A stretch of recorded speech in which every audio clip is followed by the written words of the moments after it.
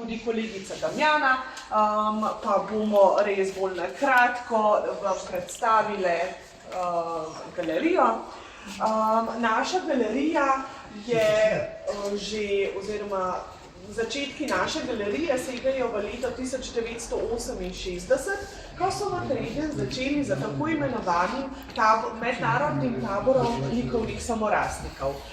To pomeni, da že skoraj 60 let v Trebnjem vsako leto kontinuirano poteka mednarodni tabor. Vsako leto povabimo približno 10 umetnikov. Tukaj bivajo, tukaj ustvarjajo in tisto, kar ustvarijo v tednu, ko bivajo tukaj, pustijo v galeriji in zato je tudi potem leta 1971 bila ustanovljena galerija likovnih samorastnikov, ki hrani, zbira, preučuje, razstavlja ta dela samorastnikov. Torej, samorastniki gre za večinoma umetnike, ki so samouki in praviloma nimajo akademske izobrazbe. Smo pa načeloma edina taka tovrstna galerija v Sloveniji. Imamo več kot 1500 del, več kot 360 avtorjev iz celotnega sveta. Na tej strani imamo stalno razstavo, tako da si bomo najprej pogledali na zelenih stenah slovenske predstavnike, nato na rjavih jugoslovanske predstavnike oziroma predstavnike iz držav bivše Jugoslavije, nato na modrih stenah iz preostalega sveta. Tukaj imamo tematsko razstavo, kjer večkrat zamenjamo, sedaj se predstavlja ena lokalna umetnica. Na tej strani imamo pa začasno razstavo, ki smo jo naredili v sodelovanju z Slovenskim etnografskim muzejem, z doktorico Bojano Rogelj-Škafar in tudi te slike, ta dela so dejansko iz naše zbirke in so tako lepo ureljene v neke zaključene sklope. Vabim vas, da začnemo kar na tisti strani.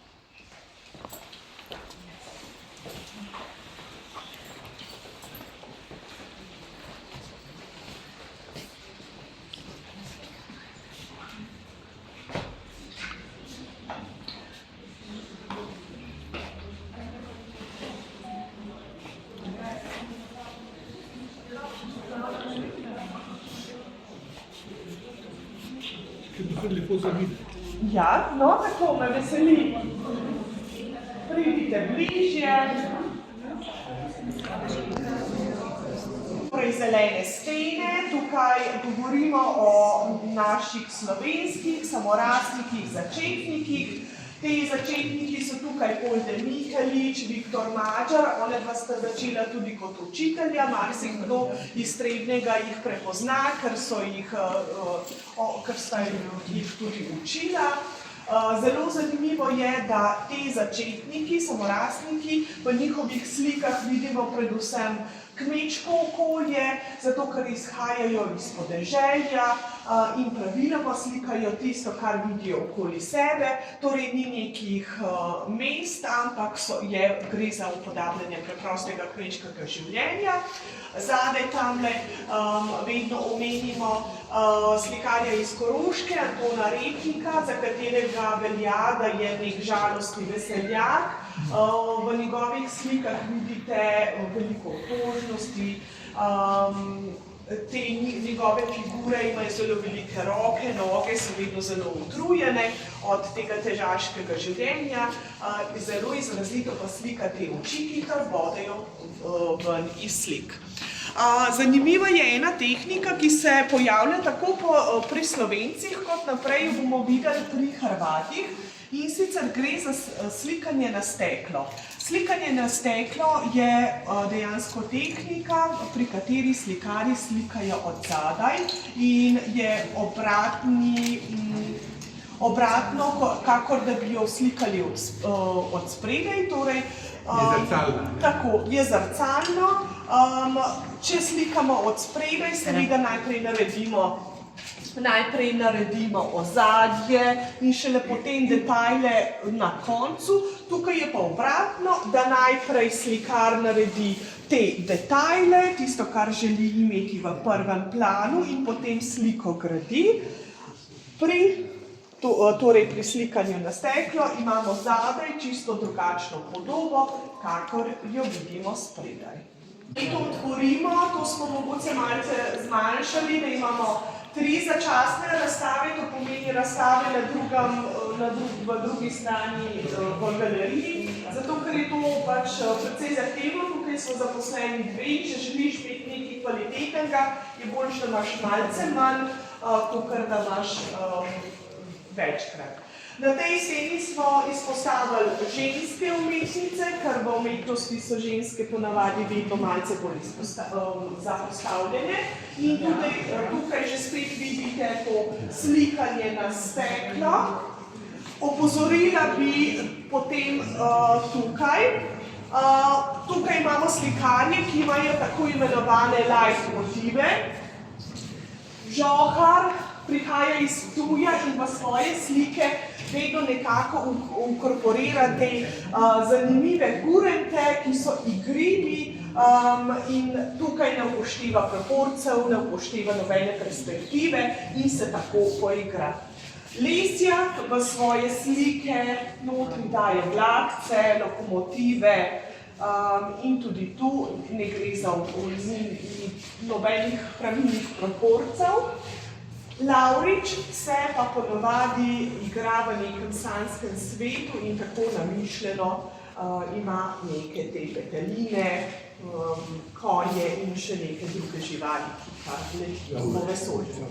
Zdaj, videli ste tukaj in tam imamo še serokotno označbo, urbani čebelji sprehod po Trebnjem, katerega si je gospa Dominika,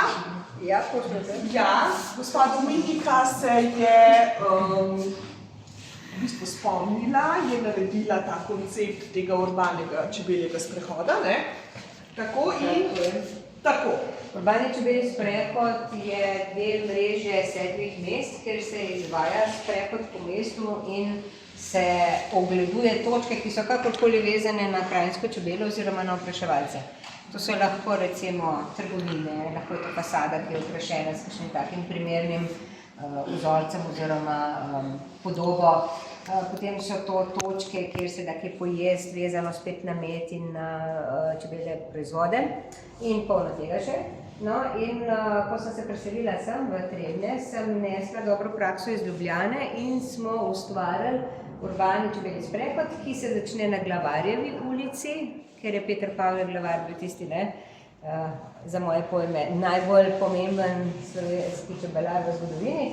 Potem pa smo lansko leto naredili zadnjo postajo te čebelje poti in smo združili Svetovni dan muzejev, Mednarodni dan muzejev, pa Mednarodni dan čebele in smo zbrali tule takrat 3 slike, ki, če jih razložiš, tako kot smo si zamislili, lahko preko teh slik spoznaš življenje čebele. Zadnja, ki meni je najljubša, Panska končnica, tam se bomo za 2 minute več ustavili, da bom pokazala, kako smo si mi to zamislili. Te 3 slike so označene z posebno oznako. Imamo pa še 4., ki je bila dodana naknadno, za katero sumim, da je zmagala glede na želje, ker predstavlja čebele, ki letijo iz svetega drevesa. Tako da zmagal je pa, oziroma izbran je bil srbski umetnik. Tako, lani Iranske temeniške doline, na katere smo še posebej ponosni, da imamo. Potem, tukaj je še nekaj, tukaj so še 3 Slovenci, potem pa prihajamo že v bistvu k začetnikom iz Hrvaške in Srbije. Zanimivo pri teh Hrvatih je, da je to tako imenovana hlebinska šola, ki je začela, oziroma tukaj so te lokalne. Zato, ker je čisto fascinantna, mogoče tudi zaradi fotorealizma, oziroma res zelo dobro dodelane slike, že spet na nekaj okolje na steklo, kjer v bistvu ciganskih pesmih daje misel.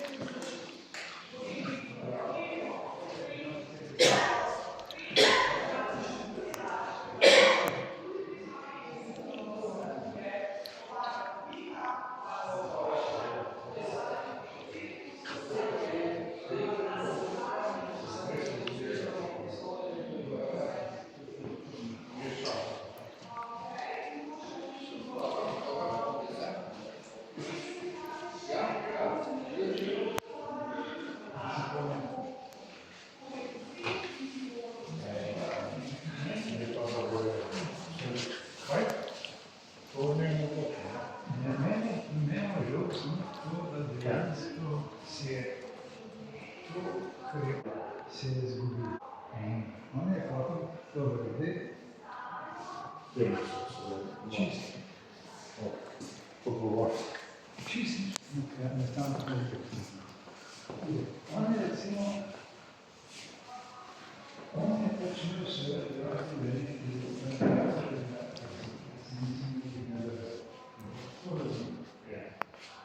ampak on je